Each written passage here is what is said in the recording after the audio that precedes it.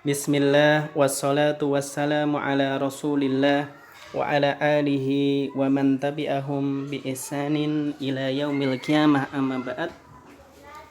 Santriwati kelas 9 yang dirahmati oleh Allah Subhanahu wa taala. Alhamdulillah, kembali Allah berikan kemudahan bagi kita untuk melanjutkan mengkaji kitab At-Tauhid Al-Muyassar yang dikarang oleh Syekh Abdullah bin Ahmad Al-Khuwail. Pada pertemuan keempat ini kita akan membahas dua bab. Yang pertama bab ziyaratul kuburi dan yang kedua bab as-sihru. Baik, kita masuk ke bab yang pertama. Qala al-muallif hafidhahullahu ta'ala, penulis katakan ziyaratul kuburi, ziarah kubur, ala thalathati aksamin, terbagi menjadi 3 macam. Yang pertama ziyaratun syar'iyyatun, ziarah yang disyariatkan. Apa itu? Wahia ziyaratul kuburi, yaitu ziarah kubur yang tujuannya yaitu li tadakkuril akhirati, mengingat akhirat. Yang kedua lissalami ala ahliha, mengucapkan salam bagi penghuni kubur. Dan yang ketiga wadu'a ilahum, itu untuk mendoakan mereka. Maka ziarah kubur yang disyariatkan apabila tujuannya salah satu dari ketiga hal ini atau ketiga-tiganya. Yang pertama untuk mengingat akhirat. Oleh karena itu Nabi katakan, kuntu nahaitukum an ziyaratil kubur al-ana fazuruha. Aku dulu melarang kalian untuk ziarah kubur, adapun sekarang hendaknya kalian ziarah kubur. Kenapa diantaranya? Fa innaha turikul qalba. Ziarah kubur bisa melembutkan hati. Wa tudzakkirul akhirah, dan bisa mengingat kepada akhirat. Demikian juga lissalami ala ahliha, mengucapkan salam bagi penghuni kubur. Maka Nabi apabila yaitu berziarah kubur, maka beliau ucapkan salam, assalamu alaikum ya ahlad diyar, keselamatan bagi kalian wahai penghuni kubur, dan seterusnya. Maka ini 3 tujuan ziarah kubur. Baik, kita lanjutkan yang kedua, ziyaratun bid'iyatun, ziarah kubur yang dia dihukumi bid'ah. Ziarah kubur bid'ah itu bagaimana? Tunafi kamalat tauhidi. Dia menafikan kesempurnaan tauhid, menghilangkan kesempurnaan tauhid.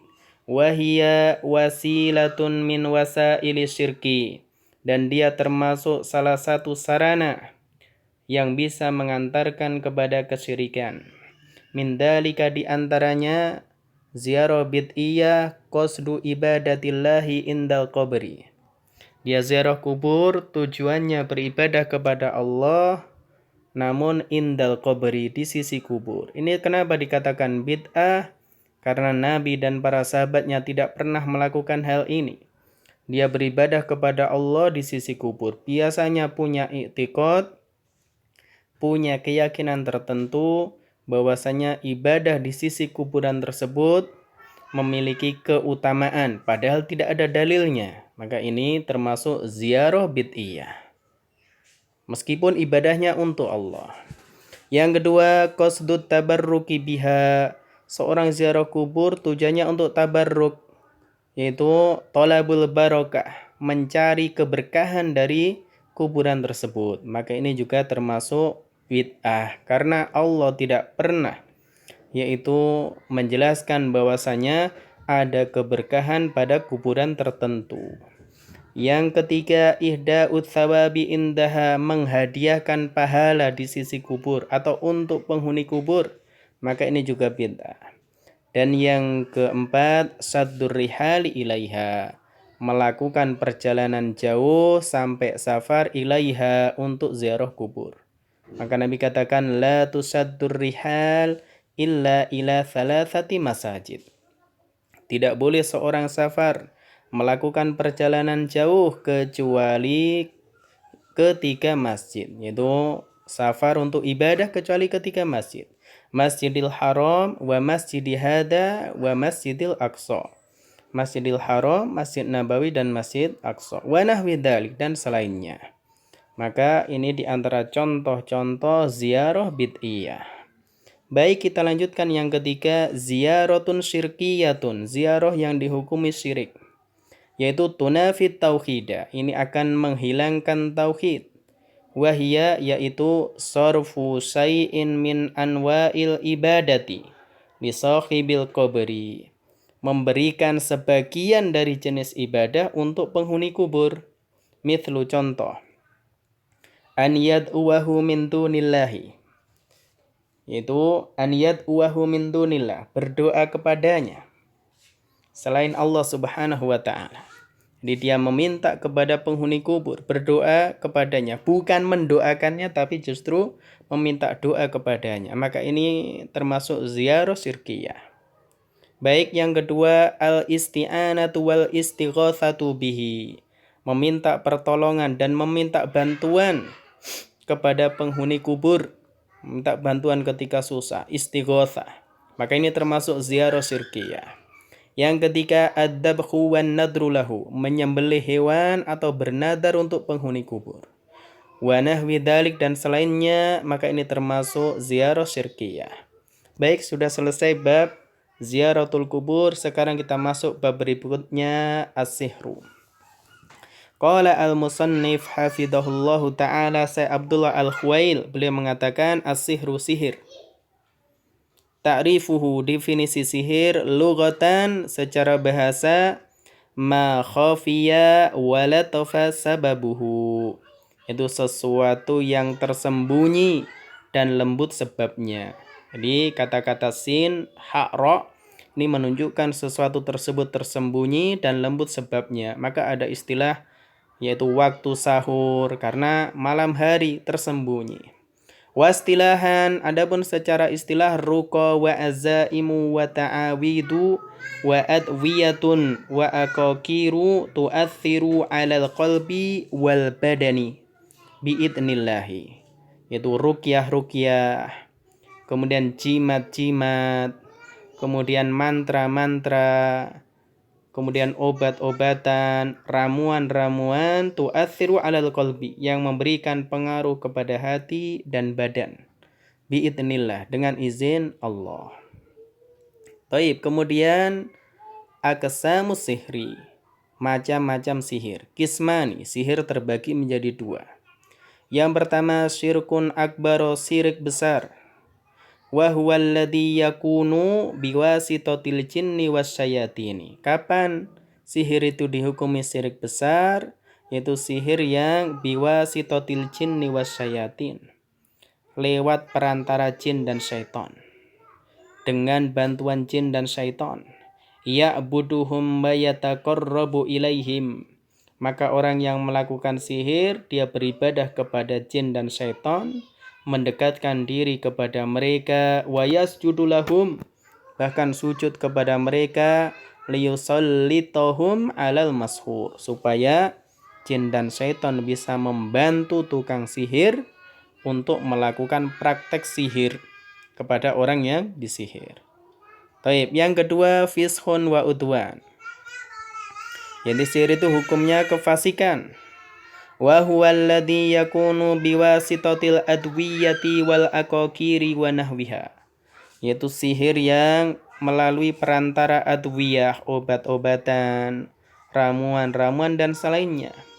Wa min dzalika aidan khiffatul yadi wat tala'ubi 'alal a'yuni, demikian juga kecepatan tangan atau mempermainkan pandangan mata. Jadi orang yang melihat itu terpana. Nah, ini juga termasuk jenis sihir yang ini fishun wa udwan. Dan hukum sihri, hukum sihir.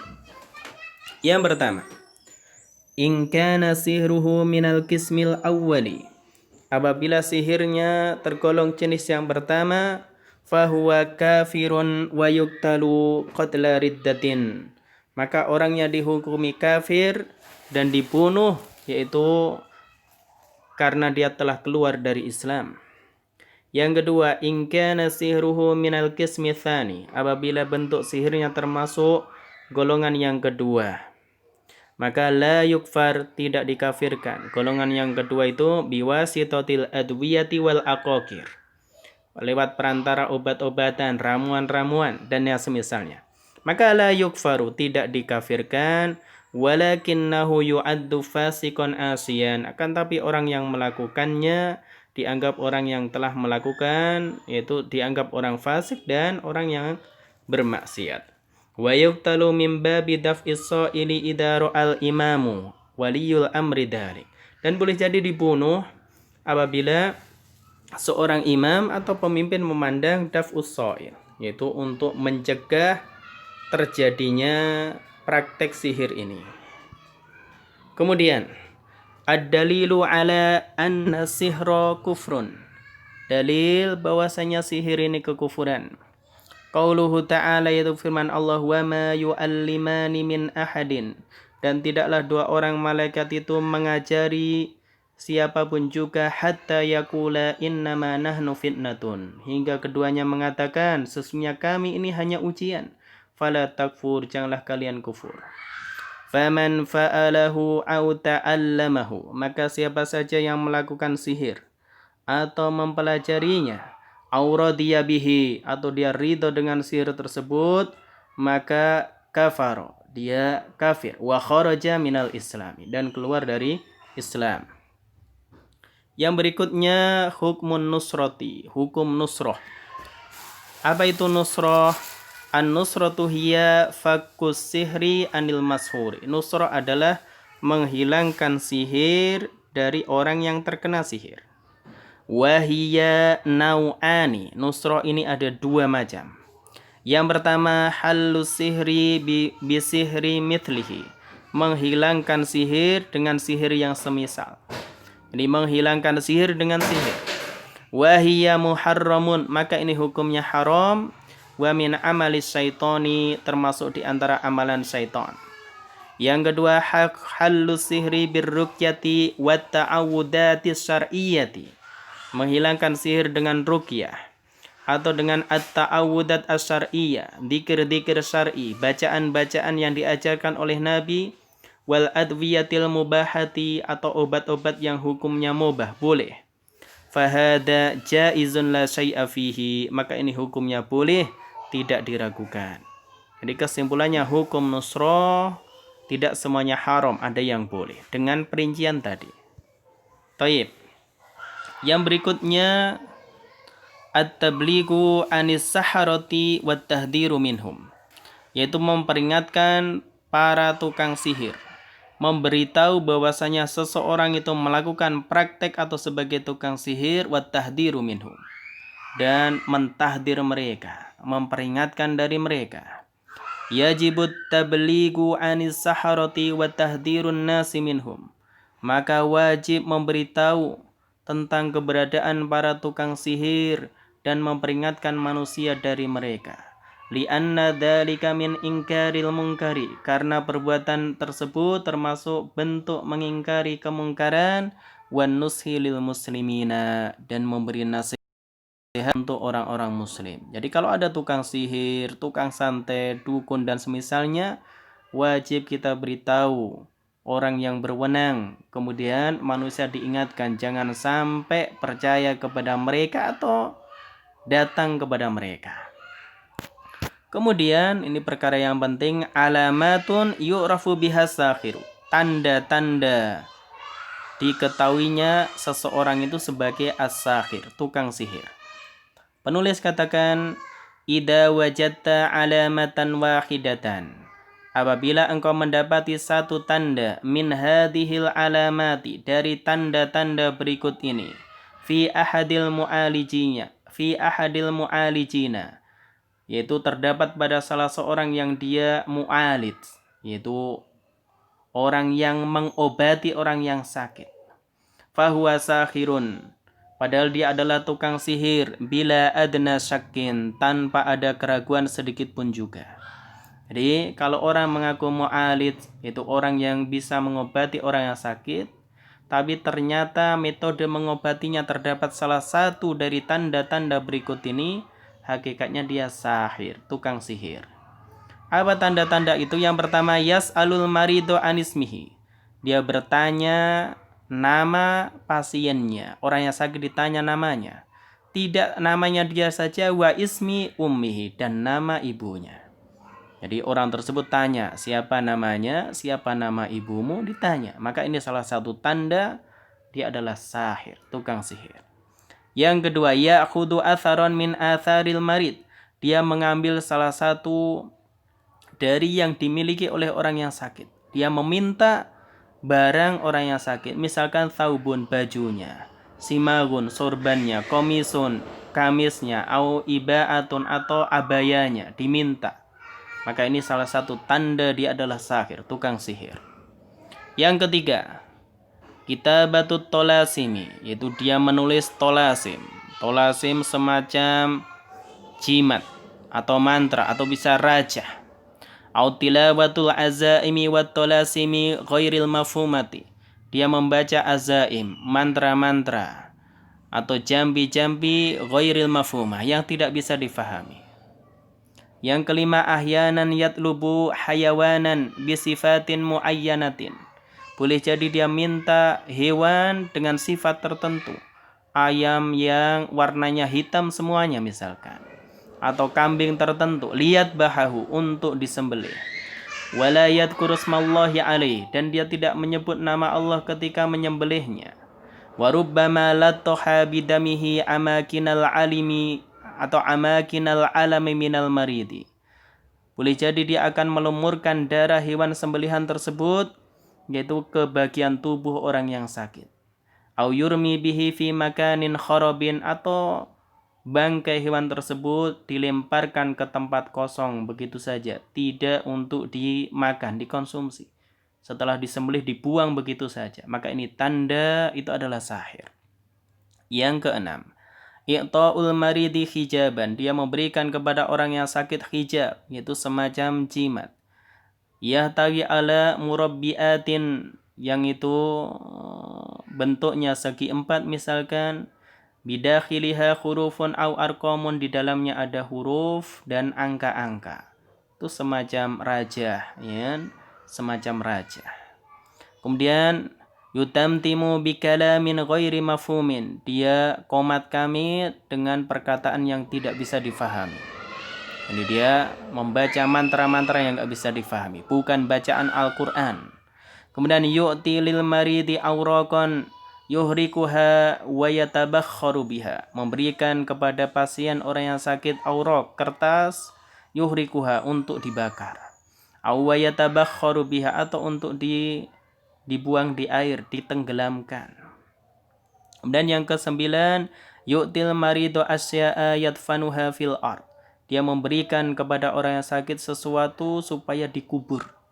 Dikubur, dipendam. Maka ini termasuk di antara ciri-ciri sihir. Wallahu a'lam bishawab. Demikian pembahasan kita pertemuan keempat, membahas dua bab, ziyaratul kubur dan as-sihru. Wallahu a'lam bishawab. Wassalamualaikum warahmatullahi wabarakatuh.